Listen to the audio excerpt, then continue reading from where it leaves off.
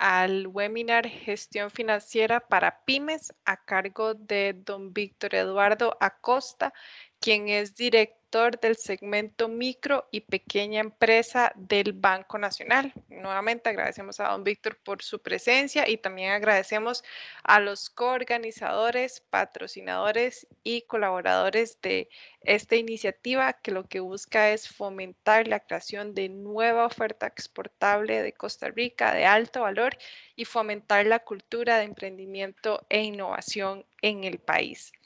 Antes de dar inicio, vamos a hacer un repaso de la agenda, como ha sido de costumbre en los pasados webinars. Vamos a tener 1 hora de la charla Gestión Financiera para Pymes y posteriormente vamos a tener un espacio de 15 minutos para preguntas y respuestas.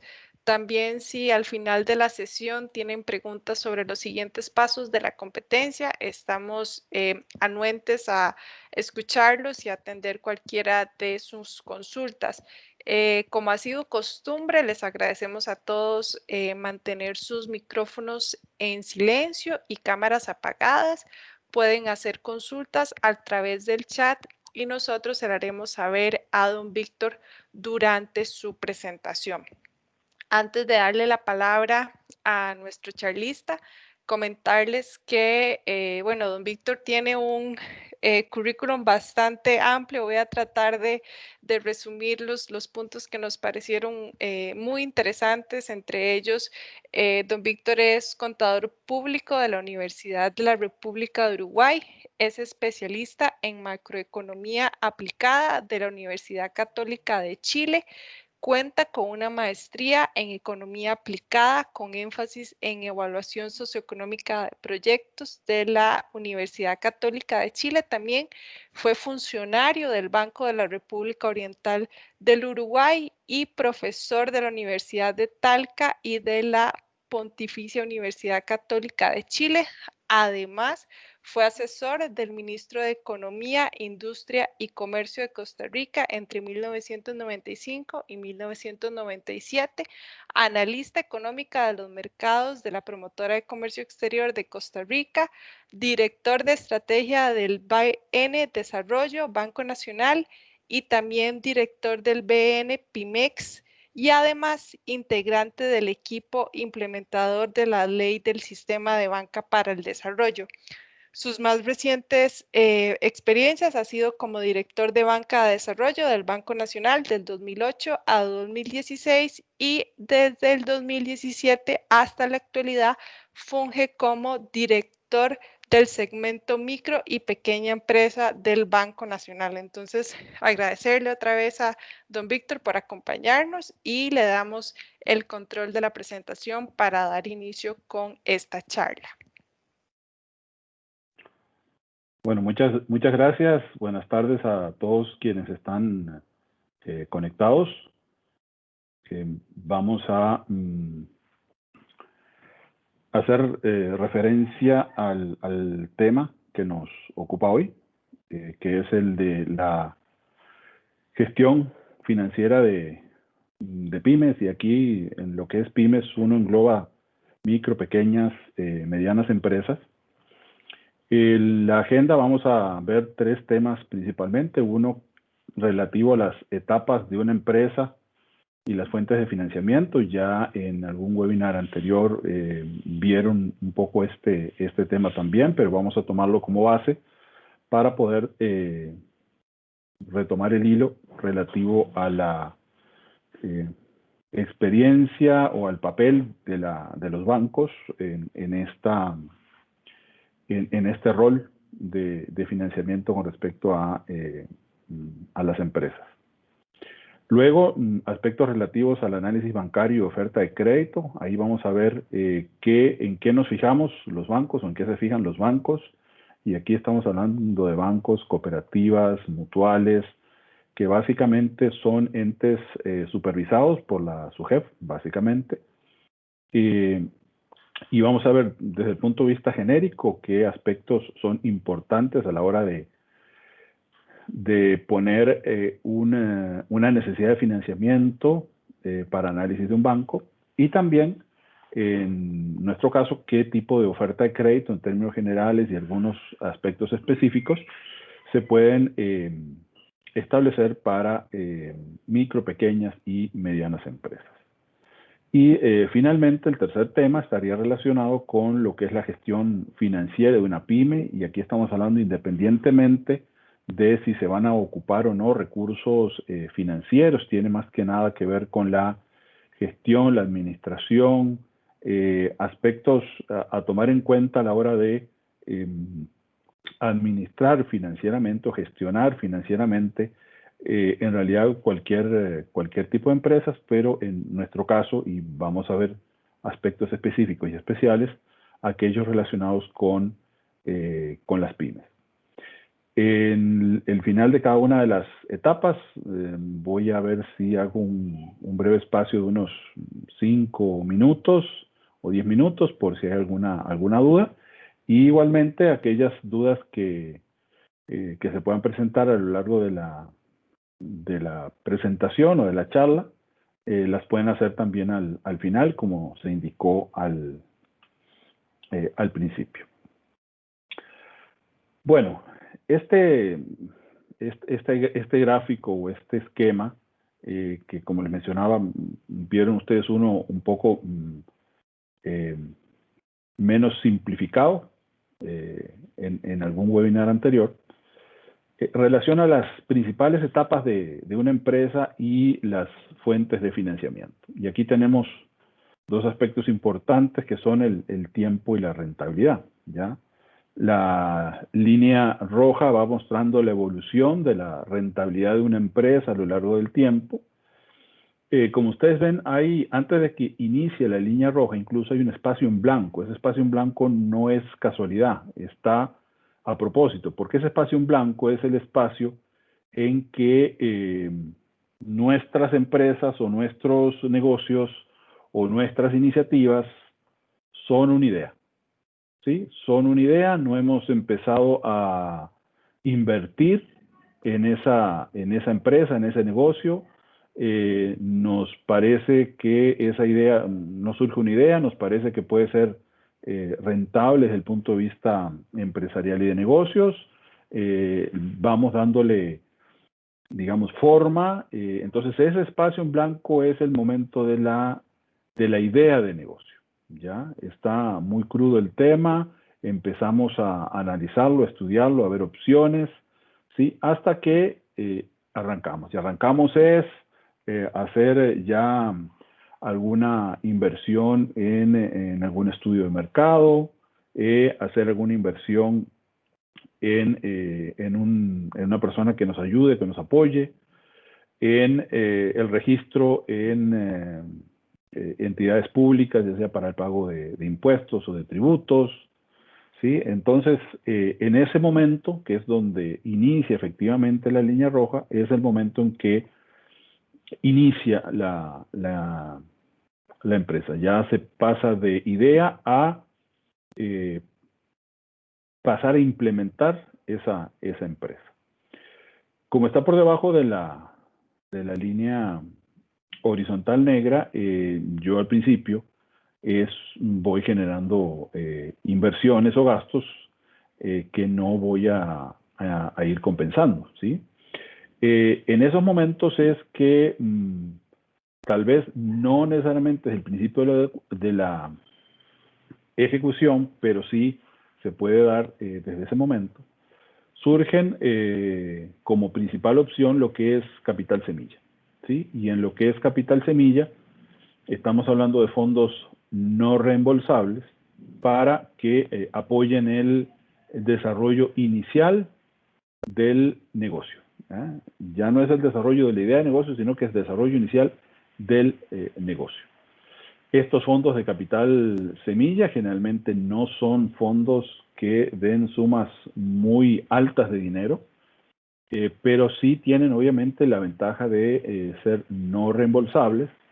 En algunos casos, algunos países, algunos programas o algunos mercados, estos capitales semillas son reembolsables sujetos al éxito de la empresa. Es decir, hay algún tipo de compromiso de la empresa de que si tiene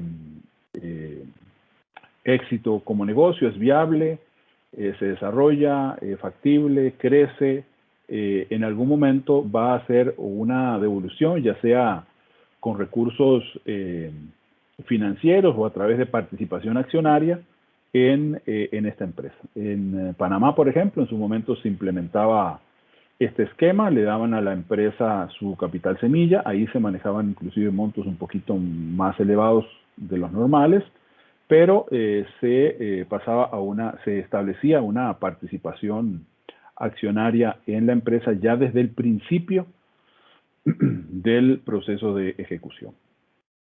Ahí hay un punto marcado, el primer punto marcado con un círculo rojo, que es el momento en que empezamos a facturar. Ven ustedes que a partir de ahí ya la curva empieza a tomar ascendencia. ¿Qué quiere decir esto? Que ya no solo tengo gastos, sino que también tengo ingresos, ¿sí? Empieza a haber una curva creciente. Ya aquí, en estos procesos, cuando las empresas empiezan o los negocios empiezan a facturar, empiezan a aparecer otras opciones de financiamiento como ángeles inversionistas. O sea, el negocio ya funciona, ya vende, ya tiene clientes, ya tiene mercado, ¿sí? Empiezan a aparecer opciones de ángeles inversionistas principalmente. Hay algunas opciones de capital de riesgo de etapas tempranas que se llaman, que también pueden aparecer en este momento, pero sí ya es dejar de lado el capital semilla, que es un recurso, como les decía, principalmente no reembolsable, por ya inversiones de capital que sí van a requerir algún tipo de retorno de esa inversión. O sea, son recursos que de alguna u otra forma se espera que la empresa, el negocio, los devuelva con buenos rendimientos, ¿ya? El segundo punto que aparece ahí marcado en rojo es cuando superamos el punto de equilibrio, o sea, cuando ya los ingresos superan a los gastos. La empresa empieza a generar un flujo de caja positiva, empieza a generar beneficios netos, ¿ya? Todavía, obviamente, en ese momento están los ángeles inversionistas, capital de riesgo, y ya un poquito más adelante es que empieza a aparecer la opción bancaria, ¿sí? En aquellos casos donde las empresas ya están comenzando, ya están no solo facturando, sino que están generando beneficios. Principalmente la banca tradicional, y ahora van a ver por qué les menciono el tema de la banca tradicional, pero normalmente cuando uno va a un banco, tradicionalmente le dicen, bueno, 2 años de actividad, que la empresa tenga 2 años de actividad. Esos 2 años, o 3, dependiendo de la entidad financiera, es lo que se considera que tarda una empresa en pasar ese valle de la muerte, ese momento de que sean solo gastos ya a empezar a generar beneficios netos, ¿sí? Entonces, esos 2-3 años son los que, por esos 2 o 3 años son los que generalmente los bancos ponen para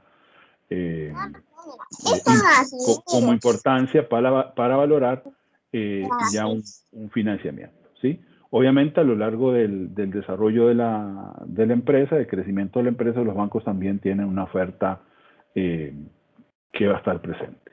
Hasta que llega un momento en que el crecimiento de la empresa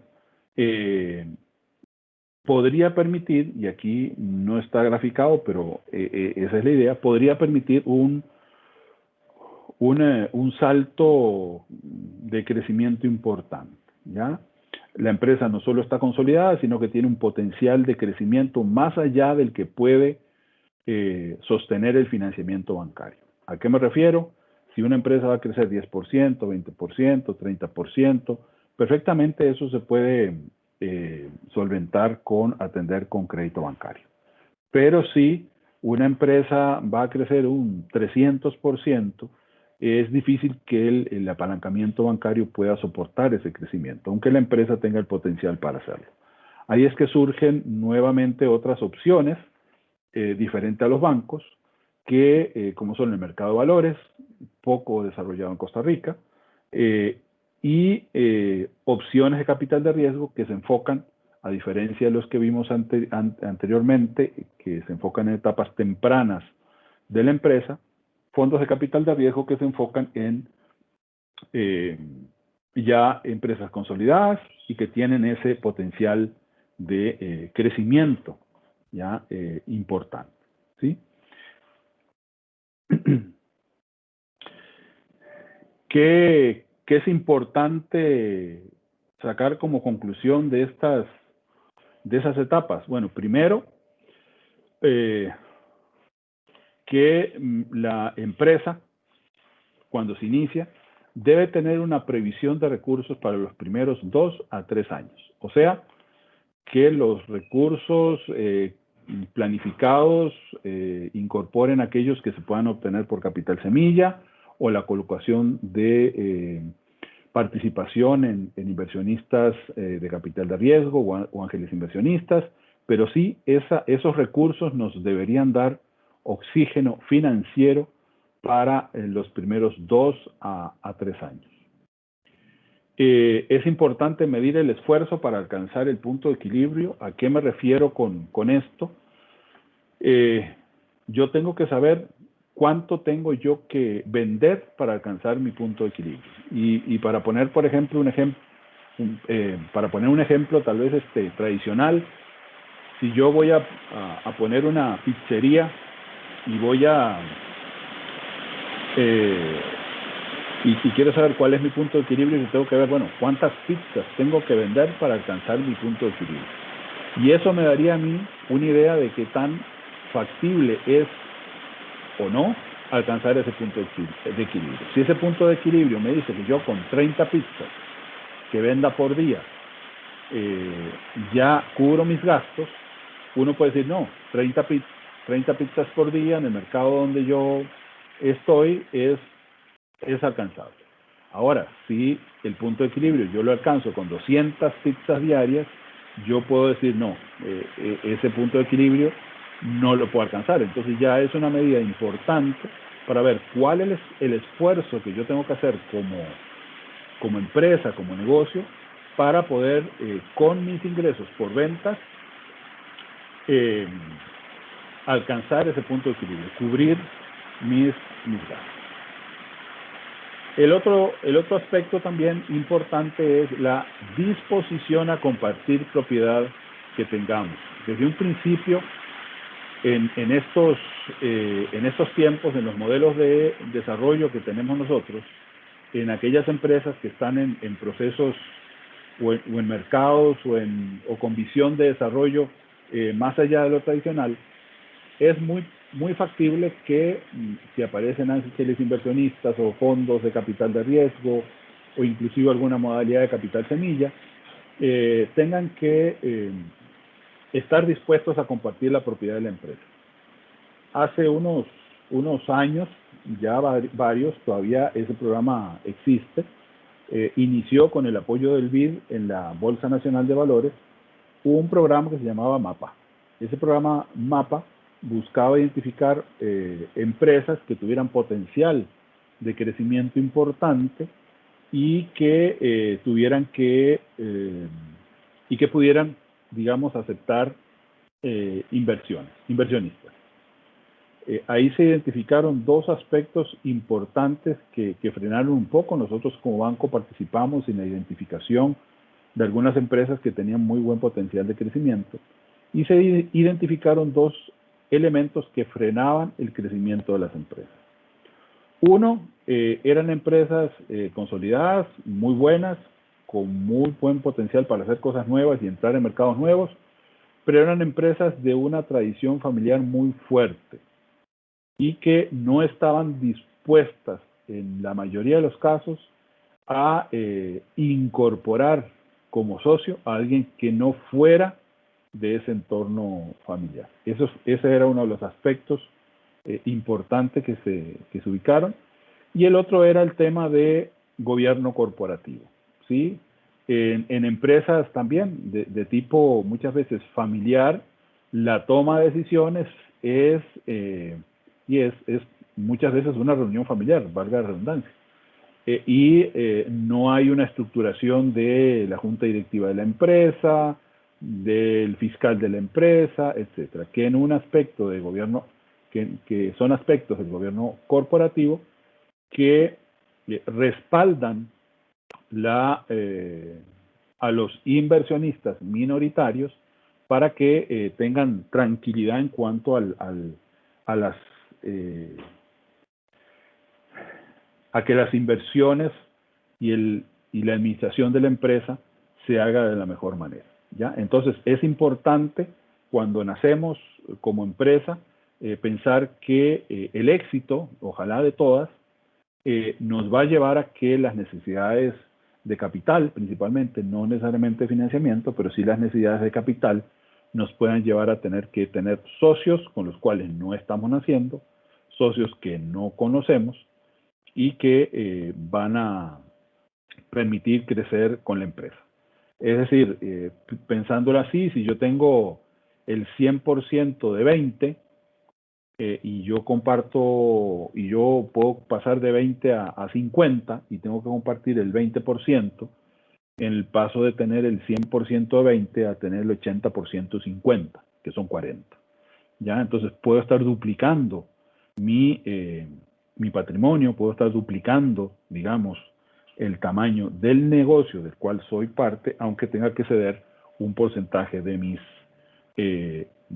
mi participación en esa empresa. Quería destacar estos tres elementos que son importantes a la hora de iniciar, porque a veces a mitad de camino vemos que nos quedamos cortos en los recursos, que la inversión que buscamos no nos alcanzó, que el punto de equilibrio era prácticamente inalcanzable porque el mercado que estábamos enfocados de repente era muy reducido, o que necesitamos capital, pero no podemos compartir o no estamos dispuestos a compartir la propiedad de esa inversión. ¿Qué herramientas tenemos? Bueno, como les mencionaba, están los fondos de capital semilla. En este momento hay algunos institucionales como el del Sistema de Banca para el Desarrollo que opera a través de, por ejemplo, de Procomer, que a través de este tipo de programas, también con Auge, que es la incubadora de la Universidad de Costa Rica. Entonces, estos fondos de capital semilla son una herramienta. Otra herramienta son las incubadoras y aceleradoras. No necesariamente las incubadoras y aceleradoras tienen disponibles recursos financieros, ¿ya? Más bien las incubadoras, las aceleradoras dan servicios que puedan incrementar las posibilidades de éxito de los emprendimientos, de las empresas, pero no necesariamente contienen financiamiento, sino que más bien ellas se financian con algunos recursos que provienen de fondos locales o internacionales. Los fondos de capital de riesgo que se están empezando a desarrollar en Costa Rica. Hay algunos fondos de capital de riesgo que están en Costa Rica, pero que son regionales, ya que aplican a lo que es Centroamérica y el Caribe, básicamente. Ángeles inversionistas, estos son muchas veces personas que están dispuestos a invertir, muchas veces en algún área específica de negocio. Otras herramientas son los fondos de garantías. Esto ya es para complementar las inversiones, los financiamientos bancarios, las necesidades que provengan de financiamiento bancario, o incluso también en el caso del Sistema de Banca para el Desarrollo, esos fondos de garantías pueden relacionarse con fondos de capital de riesgo para incrementar la posibilidad de inversión en una empresa. También hay recursos especiales como ProPyme. ProPyme es un fondo Ministerio de Ciencia y Tecnología que ejecuta el CONICYT. También hay recursos especiales del sistema de banca para el desarrollo de diferente tipo. Uno de ellos, como les mencionaba, es Capital Semilla, pero en este sistema surgen cada tanto, digamos, en forma regular, surgen programas diferentes, diferenciados, entonces sí hay que estar, es importante estar al tanto e informado de estos programas. Si hay alguna consulta sobre este tema, antes de pasar al siguiente punto de la agenda, con mucho gusto. Don Víctor, por el momento en el chat no tenemos consultas, entonces más bien que este sea también un espacio para recordarles que pueden escribir en el chat o bien pueden levantar la mano y les damos el espacio del micrófono, esto para efectos del final de la presentación, por si tienen algún comentario más extenso, pero no veo preguntas en el chat en este momento, entonces creo que podemos continuar. Perfecto. En cuanto a la oferta de crédito y al análisis bancario, bueno, ¿qué valora un banco? Y aquí una cosa importante es que los intermediarios financieros, los bancos son un tipo de intermediario financiero, pero los intermediarios financieros son supervisados. En el caso de los bancos estamos hablando de la Superintendencia General de Entidades Financieras, son supervisados como respaldo a los recursos que los ahorrantes tienen en esos bancos, ¿sí? Entonces, de ahí la necesidad de que surja una entidad supervisora, porque cuando un banco da un crédito, no lo da con el dinero del banco, necesariamente, sino que en un 90% está relacionado, está amparado o respaldado por el dinero de los ahorrantes, ¿ya? De quienes tienen su cuenta ahorro, su cuenta corriente, su certificado a plazo, ¿sí? El 90% de los recursos que prestan los bancos, entre el 85 y 90% de los recursos que prestan los bancos, corresponden a estos fondos. Entonces, por eso es que cuando uno dice, no, es que el banco lo que hace, y de ahí la figura de la intermediación financiera, es prestar a quienes necesitan crédito los recursos que en ese banco depositaron quienes tienen ahorros o quienes pueden ahorrar, ¿sí? De ahí que haya una estructura que puede ser a veces de más requisitos, ¿sí? O que se pueda ver de muchos requisitos en los bancos o exigencias, porque siempre está por delante asegurar de que el dinero que se preste se recupere, se cobre para que los ahorrantes no pongan en riesgo sus ahorros, sus recursos, ¿sí? Básicamente un banco valora tres aspectos. Uno, lo que se conoce como voluntad de pago, es decir, bueno, y ustedes saben a lo que generalmente hablan, no, es que ese es buen pagador, ¿ya? Voluntad de pago, ¿sí? Puede ser que por X motivo alguna empresa o algún cliente tenga que atrasarse en algún momento, pero es por circunstancias atípicas, coyunturales o que no dependen, pensemos en estas situaciones que estamos viviendo actualmente, que no dependen de la voluntad de la empresa. Entonces, lo primero que se valora es voluntad de pago.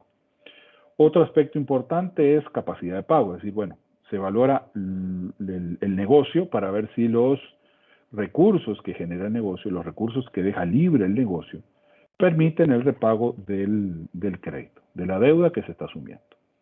Y en un tercer aspecto es la garantía, también llamada colateral, que es, bueno, prácticamente lo que se trata de ver es qué pasa si la primera fuente de repago, la primera fuente de pago del crédito es el negocio, la empresa, el dinamismo de la empresa. ¿Qué pasa si esa primer fuente de pago fracasa? ¿Qué pasa si la empresa fracasa? Si tiene que cerrar, ¿sí? Bueno, cuál es si la empresa no genera ingresos, cerró, qué otra opción tiene la entidad financiera para recuperar esos recursos, ¿ya? Y esa es la garantía. También, como ustedes ven, eso es en resguardo de poder tener una segunda opción o segunda instancia para que recuperar el dinero o los recursos de los ahorrantes. Ahora vamos a ver cada uno de estos aspectos, puntos un poco más detallados. En cuanto a la voluntad de pago, ahí se ven básicamente lo que sería el historial crediticio. El historial crediticio, estamos hablando de las referencias que en SUGEF hay de esa empresa. La SUGEF tiene un indicador, hay un centro de información que es el SIC. Ese centro de información tiene indicadores de la forma en que una empresa ha venido atendiendo sus deudas. Un SIC en 1 quiere decir que esa empresa ha sido puntual en sus pagos. Un SIC, por ejemplo, de 1.01 quiere decir que en algún momento se atrasó, cerró un mes y pagó después del vencimiento, ¿ya? Este SIC o este indicador del SIC lleva la historia de los últimos 4 años de cada uno de nosotros. Luego hay un SIC SBD que es de reciente creación, de hace unos 3 años aproximadamente, que está aplicándose de lleno, que aplica para aquellos usuarios de recursos del SBD. Aquí el historial que lleva la SUGEF no es de 4 años, es de 2. Y también lo que hace es ver qué tan cumplidores han sido las empresas que han usado recursos del sistema de banca para el desarrollo para pagar sus créditos, ¿ya? Entonces, el SIC SUGEF incluye toda la información y el SIC SBD es específica para aquellos que han sido financiados con recursos del sistema de banca para el desarrollo. Otro aspecto que se valora es el historial comercial. Estamos hablando de referencias de casas comerciales, últimamente también los servicios públicos que reportan, digamos, clientes que se han atrasado en sus pagos, y también la existencia de juicios en contra de la empresa. Aquí no es que si una empresa tiene un juicio en contra sea una limitante, ¿no?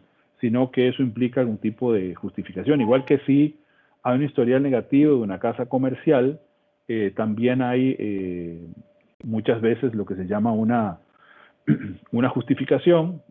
Nos pasa mucho de personas que han salido deudores de alguien, esa persona no pagó, el deudor tal vez ni se enteró, y cuando va a gestionar el crédito aparece en SUGEF, porque en SUGEF aparece el historial del deudor, pero también del fiador, aparece con una referencia negativa, ¿eh? Lo que hace muchas veces el fiador es, bueno, asume la deuda, ya después verá qué hace con el deudor, y trae una referencia de la casa comercial, por ejemplo, de que esa deuda ya fue solventada, ¿ya? Entonces, estos son 3 aspectos que se toman en cuenta a la hora de analizar la voluntad de pago de una empresa, en este caso. Por eso es importante siempre cuidar mucho el historial crediticio, tener buenas referencias y tener buenas referencias comerciales. El segundo aspecto, como le decía, es la capacidad de pago. ¿Qué ve un banco para analizar la capacidad de pago? Bueno, primero el sector de actividad, ¿ya? Dentro del sector de actividad que es importante, bueno, el dinamismo, la tendencia, es un sector de actividad muy dinámico, cuya tendencia es al crecimiento o al decrecimiento, ¿ya? Y cuando hablamos de sector de actividad podemos hablar de producción de café, podemos hablar de agencias de viajes, podemos hablar de clínicas de salud, podemos hablar de parqueos, podemos hablar de industria aeroespacial, podemos hablar de una gran cantidad de actividades, y es importante ver si esa actividad está en una etapa de crecimiento, si es una actividad más bien que está estancada o es una actividad que viene a la baja, ¿sí? No obstante, que sea una actividad que viene a la baja no descarta a un financiamiento, porque todos sabemos, hay empresas que no son ganadoras en sectores muy dinámicos, y hay empresas que sí son ganadoras en sectores que de repente no son muy dinámicos, ¿sí? También se valora el modelo de negocio. Cuando hablamos de modelo de negocios, bueno, ¿cómo funciona el negocio? ¿Cuáles son los elementos diferenciadores que hacen de que la clientela o el mercado adquiera productos y servicios de esa empresa y no de otra que puede ofrecer un servicio o un producto similar? ¿Sí? El modelo de negocio es de venta directa, es de venta a través de distribuidores, es de venta al por mayor, es orientado a la exportación y no al mercado local, es principalmente para mercado local, es un modelo, por ejemplo, sin oficinas o sin sucursales, sin puntos de venta físicos, etc. También se valora la persona que lidera la empresa, es decir, bueno, esta persona tiene conocimiento del tipo de actividad, del tipo de negocio que está desarrollando, es una persona que se ve y se nota comprometida, es una persona que muestra que está empapada en el tema, ¿ya? Muchas veces se nos plantea que, bueno, los bancos necesitan un plan de negocios. En realidad, el plan de negocios, en el caso nuestro, los ejecutivos de negocios nuestros son los que, a través de la entrevista con las personas que lideran la empresa, de quien está solicitando el financiamiento, a través de esta entrevista es que tienen que interpretar y armar el plan de negocios. ¿Por qué? Porque a veces los planes de negocios pueden tener un esquema o un trasfondo muy académico. Hemos tenido casos de personas que llegan y cada pregunta que se le hace relacionadas con el negocio empiezan a hojear el documento, el plan de negocios.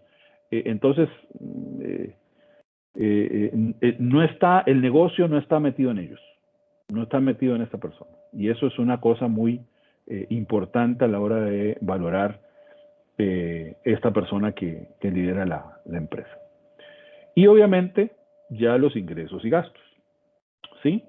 Los ingresos y gastos que se ven con la empresa tendrán que ser justificados en el sentido de decir, bueno, ahí, por ejemplo, si es un sector muy dinámico y muestra tasas de crecimiento muy altas, sí puede ser, pero ahí tiene que tener algún tipo de razón de ser, ¿no? Es que se va a incursionar en nuevos mercados, por eso es que vamos a crecer el 40 o el 50%, etc.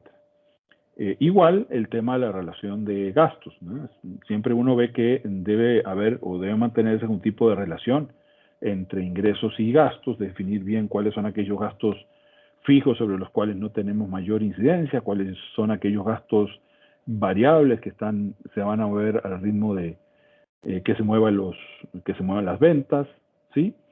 Y esto le permitirá a quien hace el análisis de capacidad de pago ver cuál es el flujo neto de caja que le queda a la empresa para poder hacer frente con ese flujo neto de caja. Y estamos hablando no necesariamente solo de un tema de rentabilidad, sino del flujo neto de caja que le queda a la empresa para poder atender no solo las obligaciones financieras que ya tenga, sino la nueva obligación financiera que está solicitando. Desde el punto de vista de garantía, estamos hablando de diferentes tipos. La más tal vez tradicional o conocida es la hipotecaria, donde se da como garantía un bien inmueble, sea un terreno, una construcción. Está también los tipos de garantías prendarias o mobiliarias. Lo que son vehículos, por ejemplo, son garantías prendarias. Lo que son equipos son garantías mobiliarias a partir de la promulgación de la ley de garantías mobiliarias. Estos son también tipos de garantías, tanto en las garantías hipotecarias como en las prendarias, en las mobiliarias.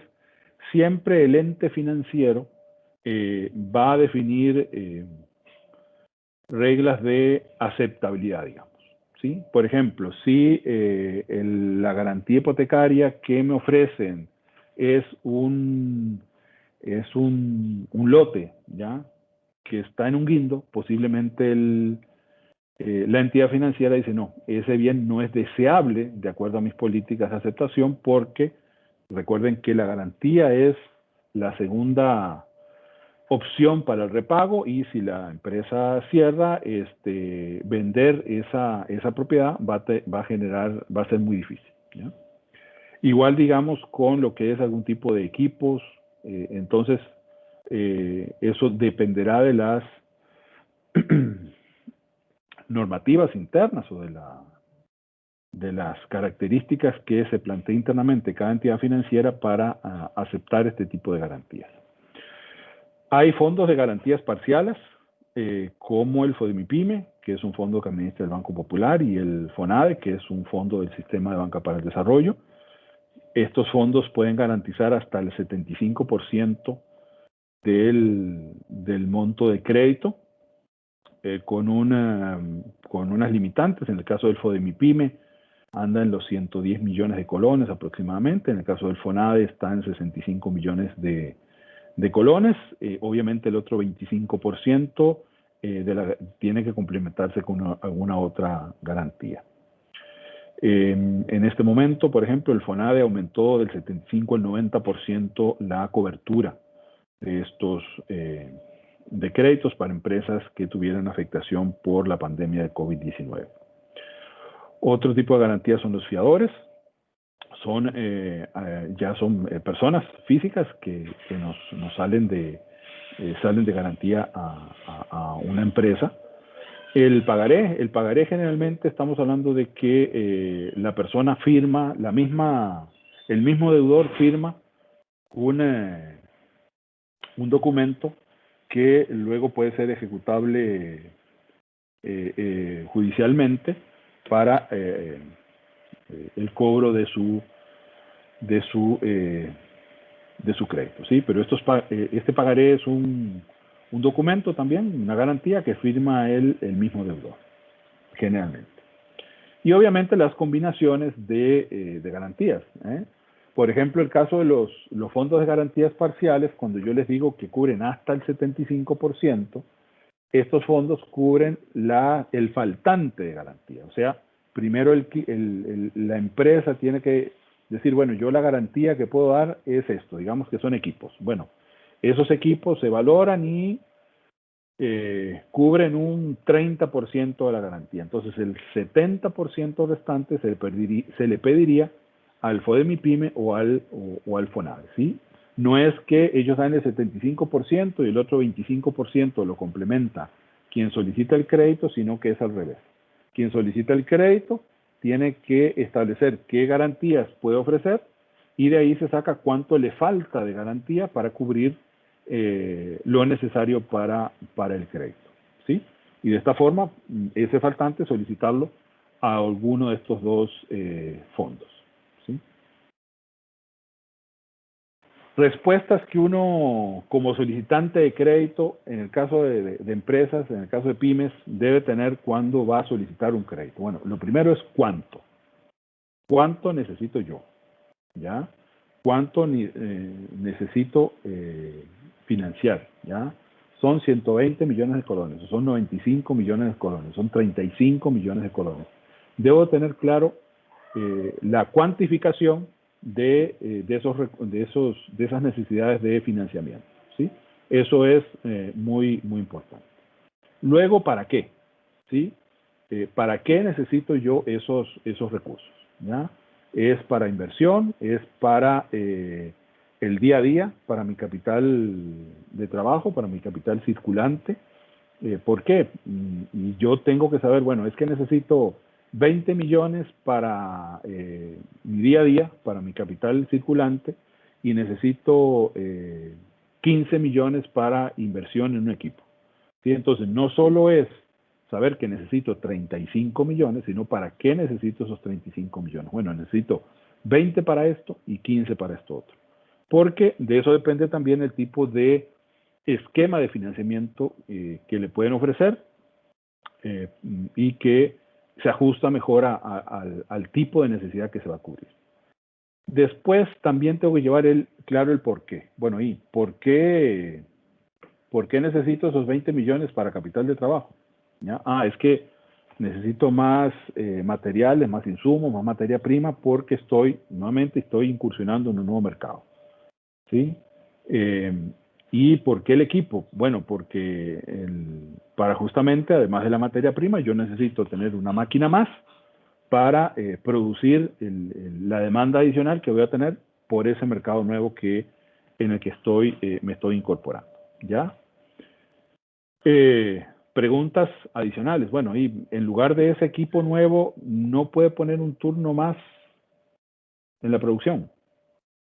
Bueno, esa puede ser una opción. Entonces yo tengo que saber si sí o si no. Bueno, no porque el nivel de exigencia del equipo para producir, para sacar la producción, requiere un mínimo de 6 horas de no uso, de descanso, ¿ya? De pausa entre el inicio y el fin de un proceso de producción.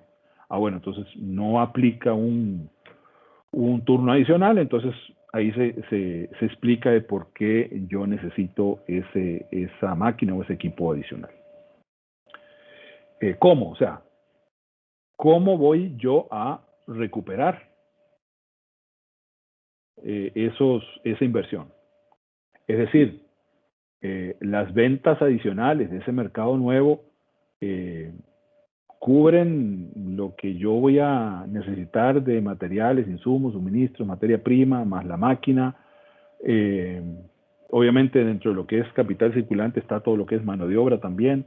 Sí, bueno, ¿cómo lo voy a recuperar? Posiblemente eso no es en los primeros meses, sino que puedes tener un periodo de recuperación de incremento en las ventas, no de una vez, sino que eso se puede dar al cabo de 6 meses, 12 meses.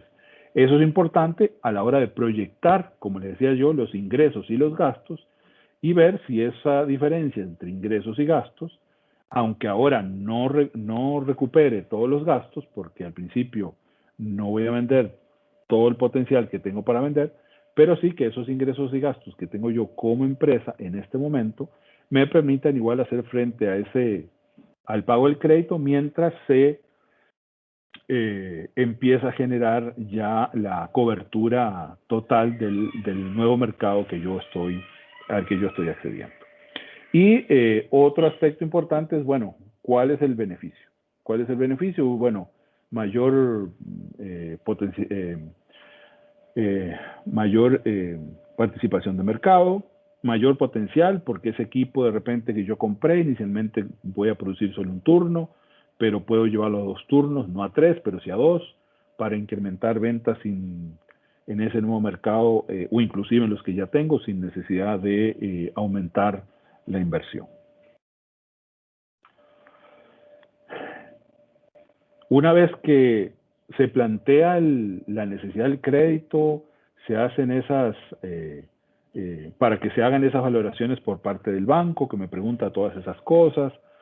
Bueno, ¿qué oferta de crédito encontramos nosotros en un banco? Bueno, lo primero, la línea de crédito para capital de trabajo son líneas revolutivas. ¿Qué quiere decir una línea revolutiva? Que si yo, la línea de capital de trabajo es por 10 millones y yo saco 2 millones y todavía tengo 8, puedo sacar 3, todavía tengo 5, pago el de 2, entonces ya no tengo 5, sino que tengo 8. ¿Qué quiere decir?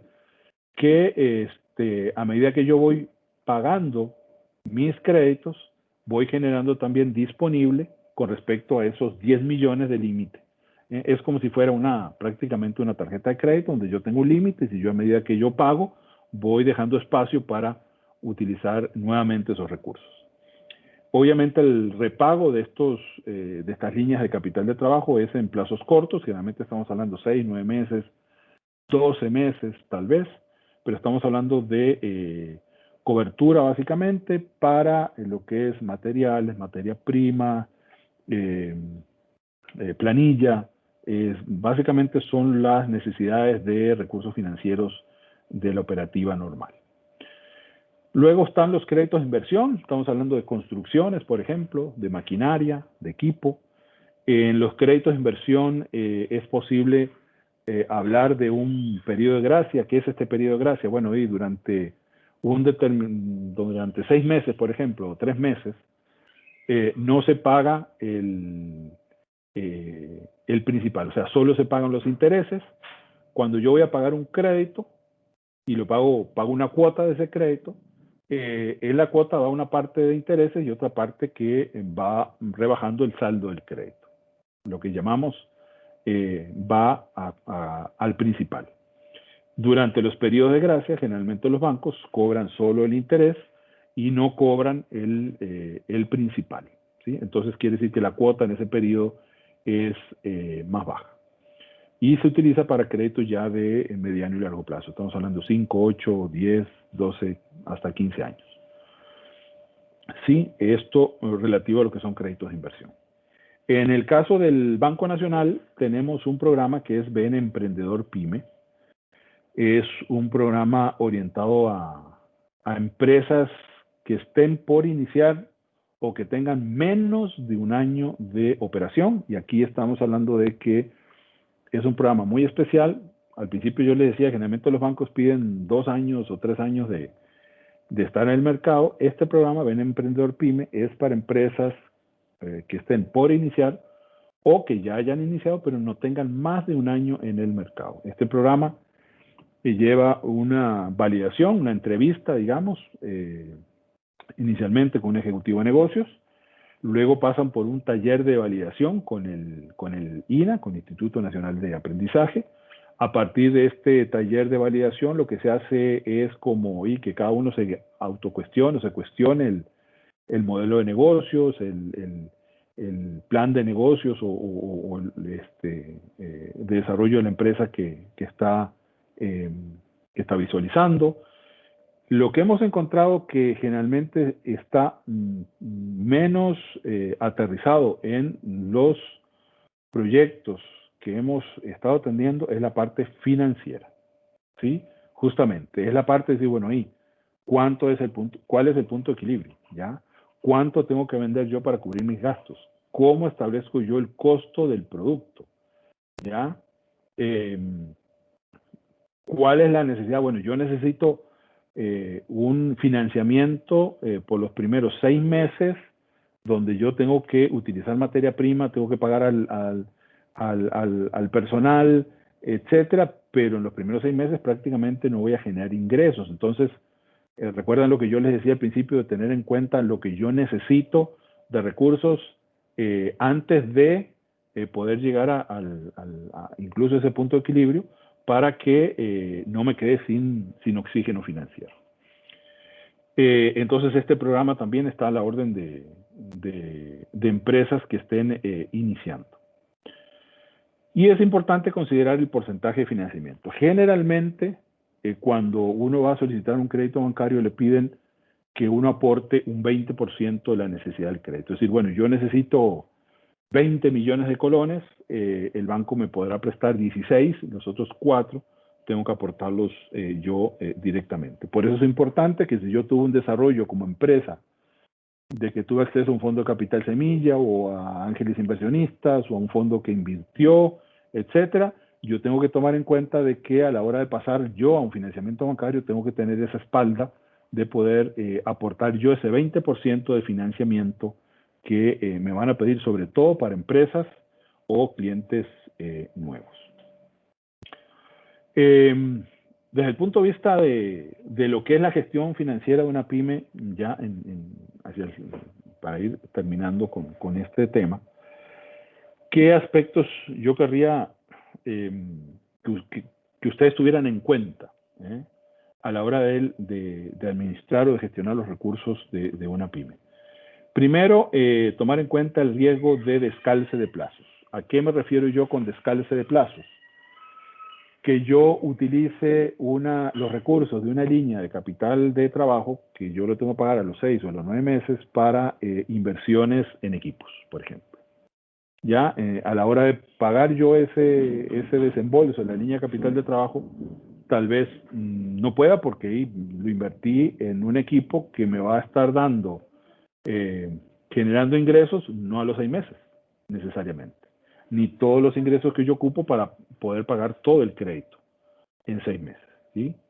Eso por un lado. Por otro lado, también el descalce de plazos entre las cuentas por cobrar y las cuentas por pagar, ¿ya? Generalmente en las empresas tienen que manejar algún nivel de crédito, los proveedores nos dan crédito y nosotros también le tenemos que dar crédito a nuestros clientes. Entonces, ese plazo de crédito que nos dan los proveedores, se lo podríamos trasladar a nuestros clientes, pero si los proveedores a nosotros nos dan 30 días para pagar y nosotros le damos 90 o 120 días a nuestros clientes, ahí se puede generar un descalce de plazos que si tenemos una buena línea de capital de trabajo lo podemos solventar, pero que es deseable que no estén tan separados esos plazos en el periodo en que yo recupero los recursos de las ventas y en que yo pago a mis proveedores. Otro aspecto importante es el riesgo de descalce de monedas. ¿A qué me refiero? Si yo estoy vendiendo en el mercado interno, si yo vendo en colones, no debería endeudarme en dólares o en euros. ¿Ya? Igual, si yo estoy enfocado en el mercado externo y todos mis ingresos están en dólares, tendría que ver si mis costos están todos en colones, pero ahí yo posiblemente podría orientarme a financiarme en dólares y no en colones, ¿ya? Y no en moneda local. Eso es muy importante. ¿Por qué? Porque si mis ingresos son en colones, me endeudo en dólares, hay un incremento fuerte en el tipo de cambio, entonces yo voy a seguir recibiendo colones que van a valer menos dólares. Entonces mi cuota en dólares me va a generar un esfuerzo adicional mayor que antes para poder cubrir. Importante siempre no perder de vista el punto de equilibrio, eso tenemos que tener siempre presente, bueno, cuánto es lo que yo tengo que generar de ingresos, cuánto es lo que tengo que vender para cubrir mis costos. Tenemos que trabajar como empresas teniendo etapas de estabilidad en el crecimiento. Cuando una empresa le va bien, tiendes a envolverse en el proceso de crecimiento y siempre es bueno generar como mesetas. Crecemos, consolidamos el crecimiento para volver a crecer. Porque si no, podemos llegar a un proceso de crecimiento acelerado, pero también desordenado. Entonces, tenemos que medir bien las etapas de crecimiento, generar esas mesetas, o sea, crecer, estabilizar el crecimiento para tomar fuerzas y sentar una base sobre la cual volver a seguir creciendo. Y otra cosa importante es la diferenciación del patrimonio de la pyme y el patrimonio del propietario. Posiblemente al principio el propietario de una empresa, la persona que está al frente de una empresa, invierte sus recursos en la empresa. Llega un momento, sobre todo en las etapas en que hay acceso al financiamiento bancario, en que eso ya no debería ser así. Más bien la pyme, los beneficios de la empresa deberían aportar al patrimonio de los dueños, ¿ya? Y no los dueños seguir aportando al patrimonio de la empresa. Ya le digo, sobre todo cuando hay financiamiento, hay posibilidad de acceso a financiamiento bancario. ¿Por qué? Y porque la idea no es que el patrimonio del empresario, de la familia,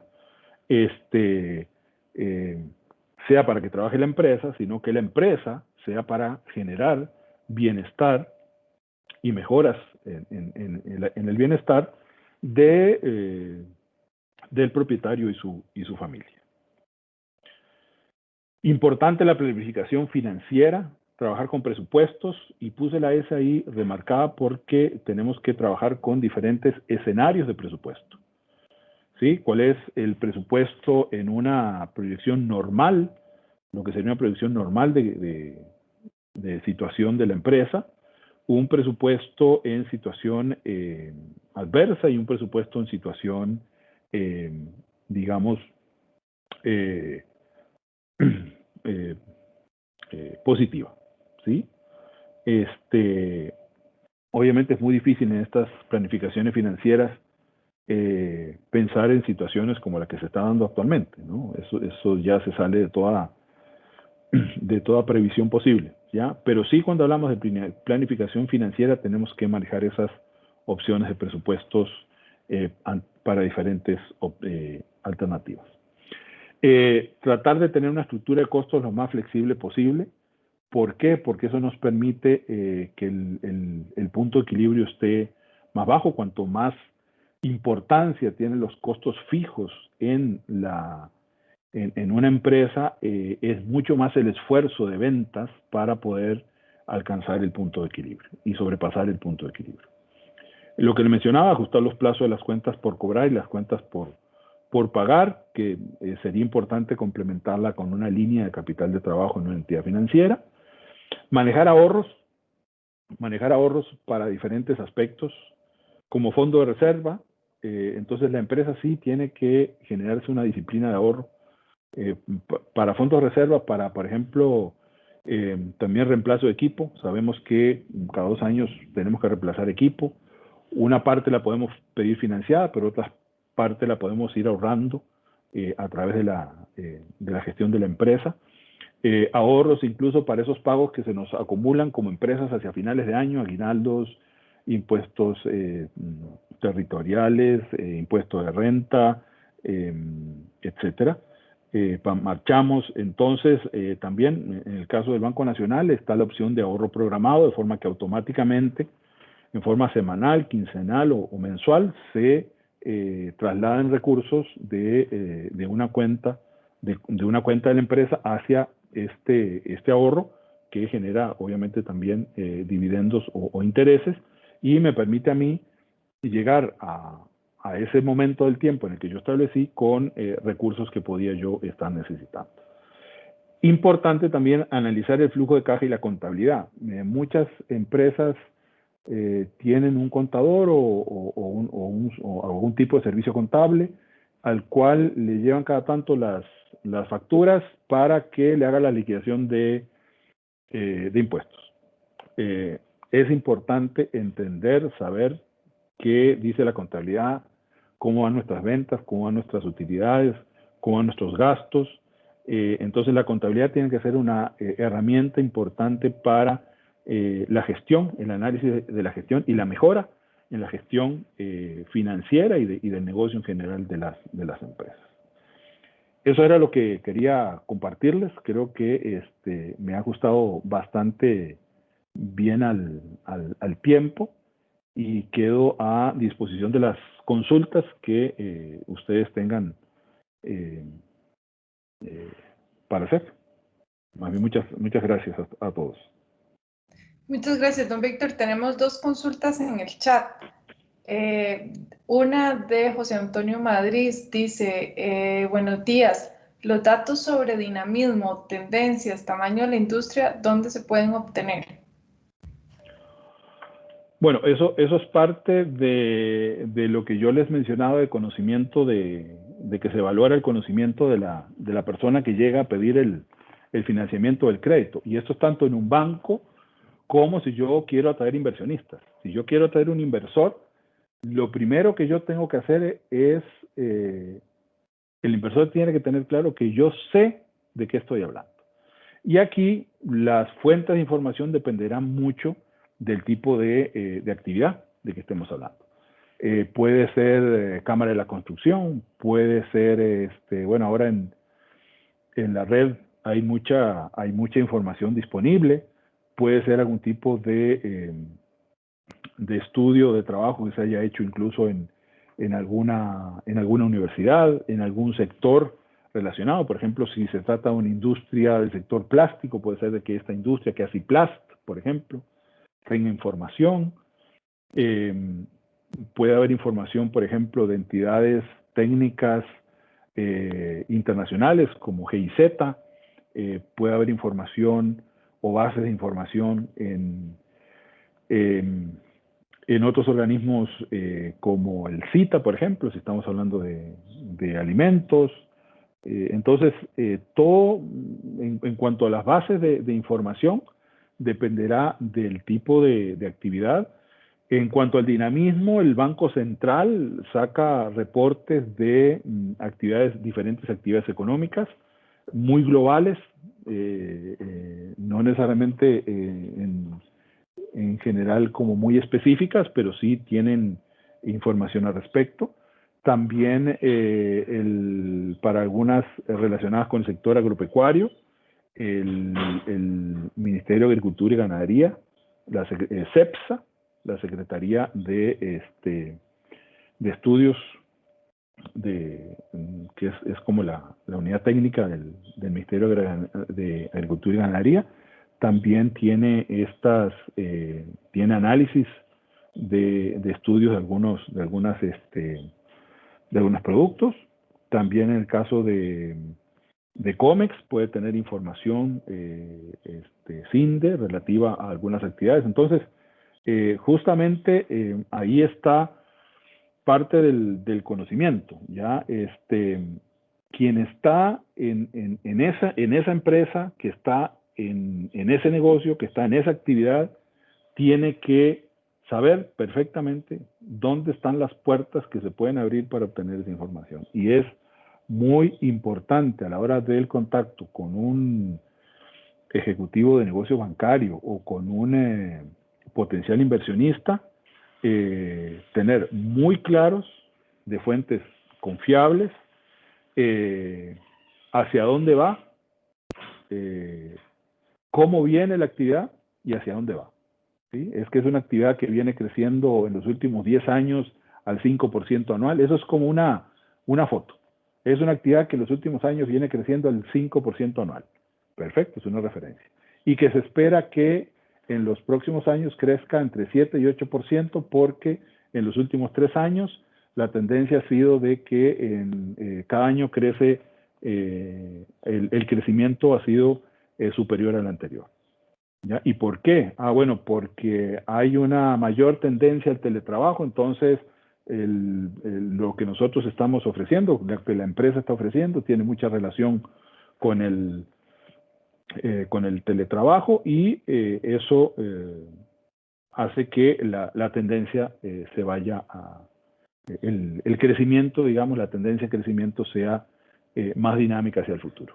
Ven que aquí estamos hablando de datos y también de tendencias que pueden salir, bueno, ahí, teletrabajo. ¿Y de dónde saco yo los datos de teletrabajo? Bueno, podrá tener el Ministerio de Trabajo, etcétera, etcétera. Entonces, eso es un reto para quien está en una actividad, en identificar fuentes serias de información.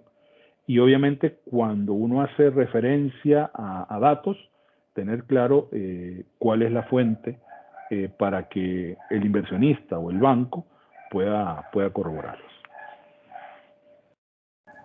Muchas gracias. Tenemos otra de Oscar Castro. Dice, somos una empresa desarrolladora de software y muchos de nuestros proveedores se pagan en el extranjero y por facilidad se paga con tarjeta de crédito.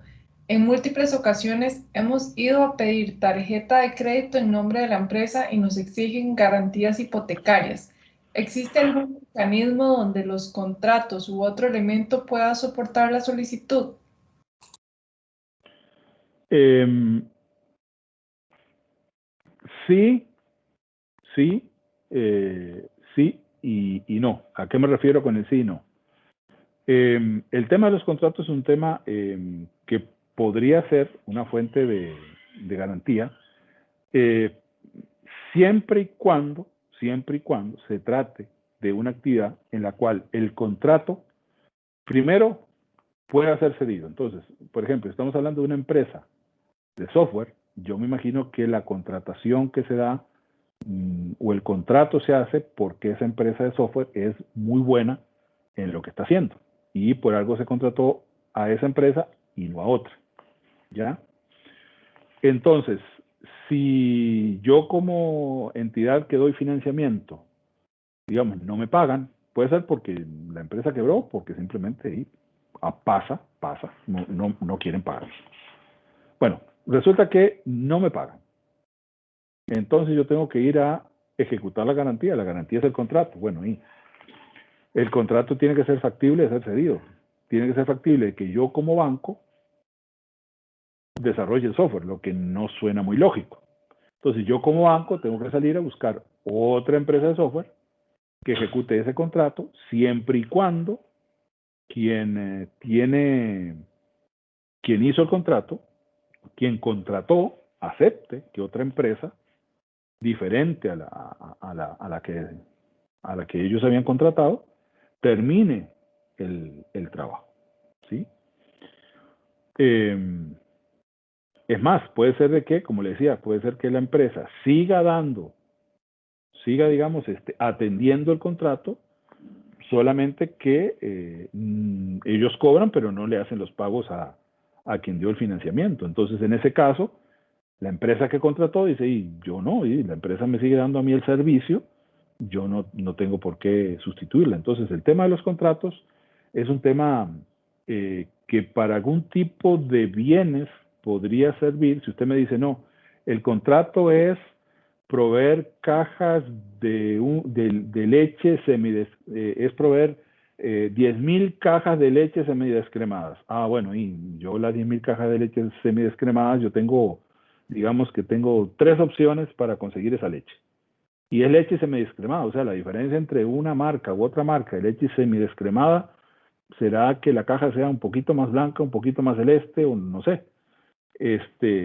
Entonces, en esos casos de bienes bastante homogéneos, el tema de los contratos podría servir. En el caso de cuando detrás del contrato está la especialidad de quien va a ejecutar, va a dar el servicio del contrato, es cuestionable poder tomarlo como garantía. Les digo, por ejemplo, y digamos que salgámonos de lo que es software, ¿sí? Resulta que contrataron a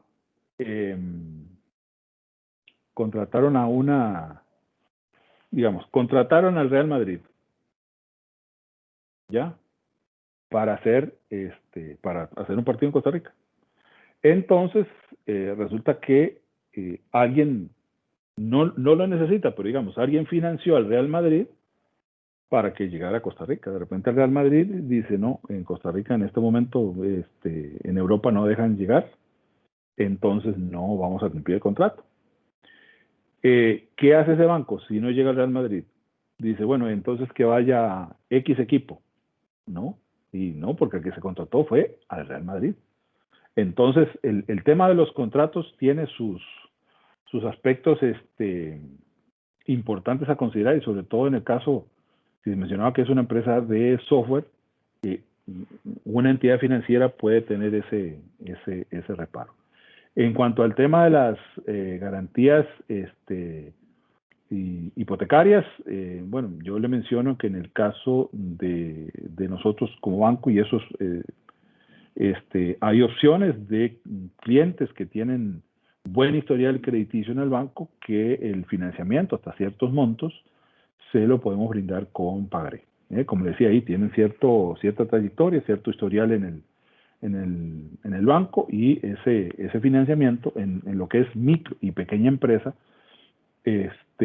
lo hemos podido llegar a ofrecer con un pagaré, ya sea a través de una tarjeta de crédito, ya sea a través de un crédito para inversión o incluso una línea, incluso líneas de capital de trabajo. Entonces, eso puede a veces estar relacionado también con el historial que tenga una empresa en la entidad financiera que le provee de crédito.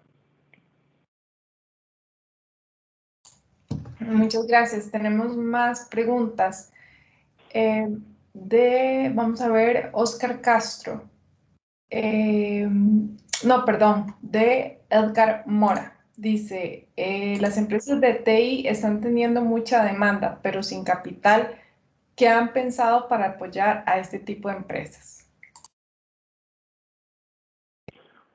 Bueno, las empresas de TI son las que típicamente tienen entre poco y nada de garantías para poder ofrecer a un banco. Entonces, nosotros hemos financiado empresas de TI, sí hemos financiado empresas de TI.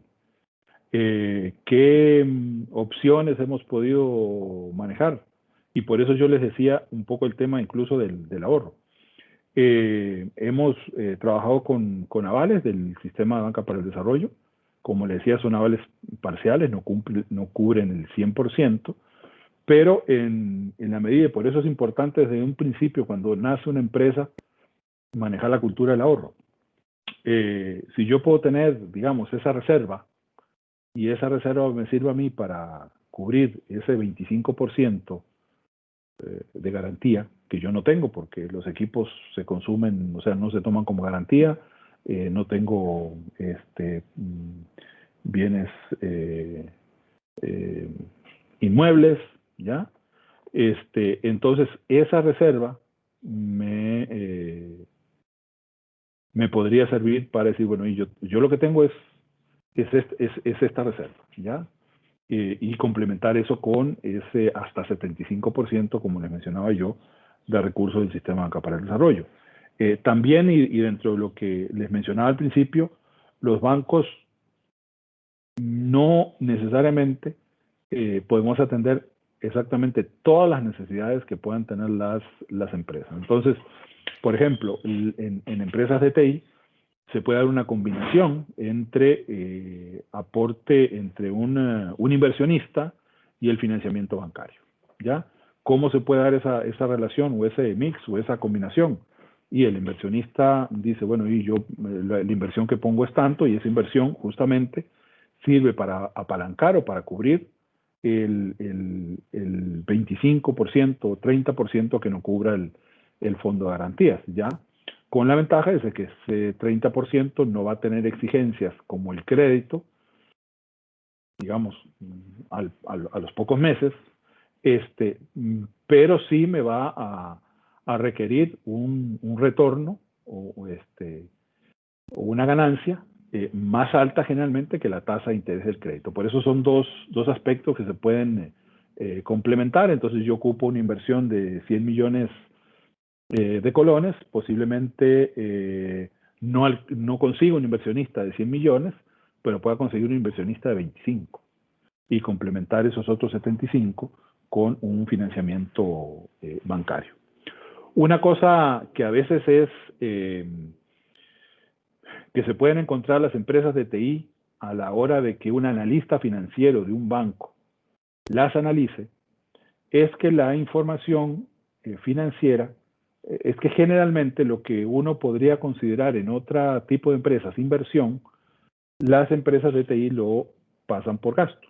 O sea, cuando una empresa de TI está desarrollando un software nuevo o una aplicación nueva, todo eso lo pasa por gasto. Lo que en realidad contablemente debería ser inversión, porque yo todo lo que estoy haciendo es invirtiendo en construir algo, no es un edificio, pero sí es un producto que me va a generar ingresos. Obviamente, desde el punto de vista fiscal, me sirve más incorporarlo como gasto, porque además de que yo estoy invirtiendo, no estoy generando ingresos todavía, estoy pagando, no estoy pudiéndolo deducir de mis ingresos para el pago de renta. Pero ¿qué pasa? A la hora del análisis que se puede hacer, un analista financiero ve que la empresa tiene muchos gastos, no lo ve como inversión. Entonces ahí hay que sentarse con el ejecutivo bancario, con el analista financiero, para explicarle cuál es la realidad de la empresa y qué es lo que es, y que en realidad está como gasto, pero es inversión. Y ese es un tema que las empresas de TI se pueden encontrar muy a menudo a la hora de que las analice un banco, y es bueno que lo sepan para que tengan también sus argumentos a la hora de sentarse con esa persona del banco que visualiza que contablemente eso debería ser inversión y no gasto. Pero desde el punto de vista de la dinámica empresarial, uno sabe que que eso generalmente se pasa como gasto y no como inversión. Entonces, esa es una opción que se podría dar, además de las otras opciones que yo les mencionaba, que es, bueno, ahí inversión de capital de riesgo que se está desarrollando, o sea, alternativas no necesariamente bancarias, pero desde el punto de vista bancario podría ser esa combinación entre inversionista y financiamiento bancario con un respaldo de un fondo de garantías. Muchas gracias, don Víctor. Antes de seguir con las preguntas, nos quedan 6 minutos para las preguntas y les agradecemos que antes de irnos puedan completar el formulario que mi compañero Fernando Madrid puso hace un ratito en el chat.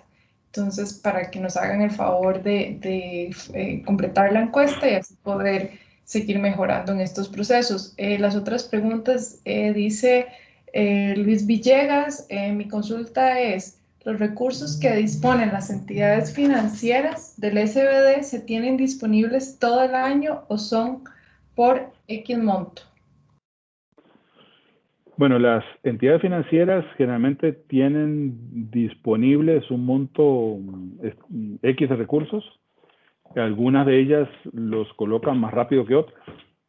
Hay entidades financieras que tal vez tienen disponibilidad todo el año. En nuestro caso, la experiencia del Banco Nacional, por ejemplo, para el año pasado, este año es un año totalmente atípico, pero el año pasado disponíamos de unos 25.000 millones de colones de recursos del Sistema Banca para el Desarrollo. Eso se puso a disposición de los clientes en la última semana de febrero, 1 de marzo, estamos hablando del 2019, y en una semana, digamos, estaba saturada la demanda de recursos, ¿ya? Se llevó hasta junio, julio para poder ya formalizar todos los créditos asociados a esos recursos, pero para poner un ejemplo, ya hay programas especiales, como les decía también, que como el BEN Emprendedor PYME no depende de la disponibilidad de esos recursos. BEN Emprendedor PYME nosotros lo trabajamos todo el año, no son una gran cantidad de empresas, pero también son opciones que se pueden aprovechar y es una ventana abierta todo el año. Incluso ahora, actualmente, ya con el INA llevamos unos dos o tres ya cursos virtuales, porque eran talleres presenciales, ya ahora son talleres virtuales, con ya vamos para el tercer grupo de emprendimientos que estamos atendiendo con este programa. Entonces, eso dependerá de la entidad financiera. En estos momentos, igual en nuestro caso dependerá también de la zona o de la oficina, porque 25.000 millones de colones, y sí, es mucho dinero, pero entre las 160 oficinas del banco, estamos hablando de 150 millones por oficina. Entonces hay oficinas donde tal vez se colocan más rápido esos recursos y otras donde se colocan, donde hay menos demanda, ¿sí? Entonces, lo importante es consultar y estar atentos. Y una cosa importante, que el hecho de que no encontremos los recursos del Sistema de Banca para el Desarrollo cuando nosotros los necesitamos, porque son recursos obviamente más baratos, que eso no nos atrase, porque esa diferencia en esperar 4, 5, 6 meses a que sí haya recursos puede hacer la diferencia entre en que el negocio pueda ser viable o no, porque si en esa ventana 4 a 6 meses de repente aparecen otras opciones que compitan con mi proyecto, puede ser la diferencia entre que la empresa o el emprendimiento surja o se quede, solo esperando recursos más baratos. Gracias. Tenemos otras consultas. Vamos a ir un poco más rápido. Alejandro dice, para los créditos BN Emprendedores PYME, ¿qué tipo de garantías solicita el banco a los emprendedores? Bueno, lo primero que tenemos que justificar al Sistema Banca para el Desarrollo es si tiene o no tiene garantía. Como le digo, faltante de garantía. ¿A qué me refiero?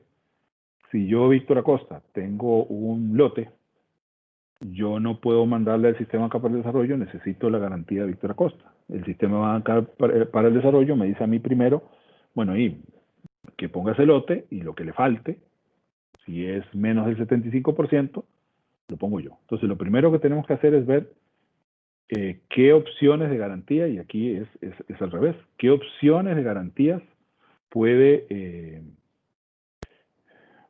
aportar, digamos, la empresa. Y puede ser que me digan, puede ser un fiador, o puede ser que digan, y puede ser este equipo, o puede ser o de repente y nada, ¿ya? El nada incluso es válido, o sea, el nada incluso puede ser que sí, que el cliente pueda calificar para un crédito con pagaré. Recuerdan que yo le mencionaba que un crédito con pagaré es donde el deudor dice, yo me comprometo a pagar. Es un documento que tiene respaldo para una ejecución en tribunal, es legal, pero en definitiva es el deudor que dice yo salgo de garantía. Entonces, incluso puede ser, ahí lo que se hace es aplicar una encuesta, ver parámetros estadísticos para ver si esa persona cumple con el perfil para poder incluso darle la opción de un crédito con pagaré, más la parte del fondo de garantías que puede aportar el Sistema de Banca para el Desarrollo. Entonces, ahí es bastante amplia la gama de opciones. Tenemos otra pregunta. Dice, para optar por un crédito para PYME, ¿debo estar inscrito como tal? En otras palabras, ¿debo tener la certificación? Nosotros no la pedimos. Para lo que sí es necesaria la certificación PYME es para utilizar el fondo de avales o recursos del FODEMIPYME. En ese caso sí se nos solicita a nosotros la certificación PYME. En los otros casos no, nosotros lo que hacemos sí es aplicar los parámetros de la clasificación de la empresa para ver si califica como micro, pequeña, mediana, grande, de acuerdo a lo que establece la ley y el reglamento. Sí tenemos que verificar que la empresa efectivamente exista, o sea, y que pueda funcionar. O sea, a veces el tema de los requisitos, dice, los bancos piden muchos requisitos, sí, por ejemplo, y patente municipal, y yo lo tengo que tener aunque yo no vaya a sacar un crédito bancario. Ya, bueno, ahí tenemos que verificar que tenga la patente municipal, que tenga algún permiso especial, por ejemplo, si lo requiere la actividad, si tiene que tener, si es si tiene que ver con alimentos, si tiene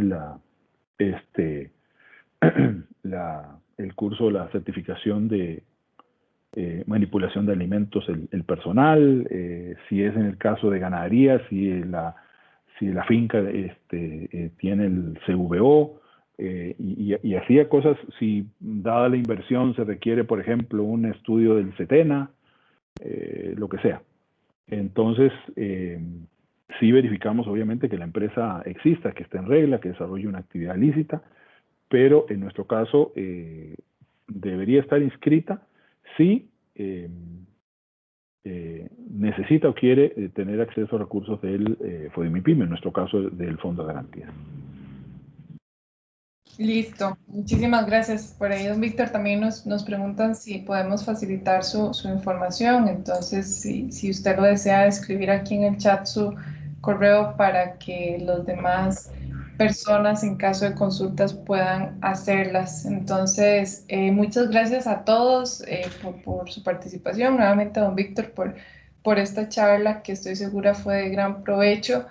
Y esperamos el one pager y el pitch deck para aquellas empresas que todavía no lo han enviado, y cualquier consulta, ustedes ya tienen nuestros correos, nuestros teléfonos y estamos para servirles, y por favor no se les olvide completar la encuesta de satisfacción. Que todos pasen una bonita tarde. Hasta luego. Hasta luego, un gusto. Gracias.